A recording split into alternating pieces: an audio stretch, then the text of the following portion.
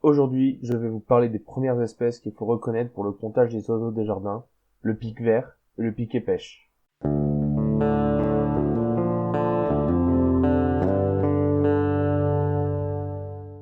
Commençons par le pic vert.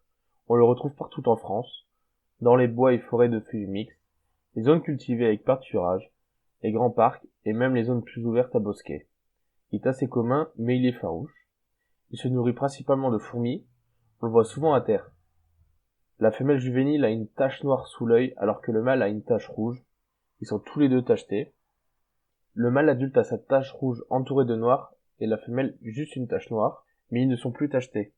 Le tour de l'œil est noir, sauf pour la sous-espèce Charpei que l'on retrouve en Espagne et dans le sud-ouest de la France. Au vol, on voit son dessus vert avec son croupion jaune.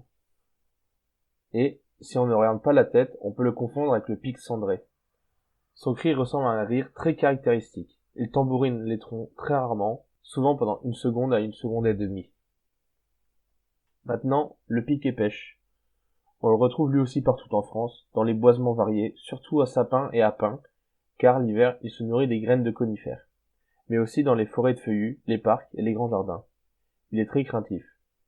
Il se nourrit d'insectes, mais également de graines, on peut donc le voir si on a de la chance à côté d'une mangeoire.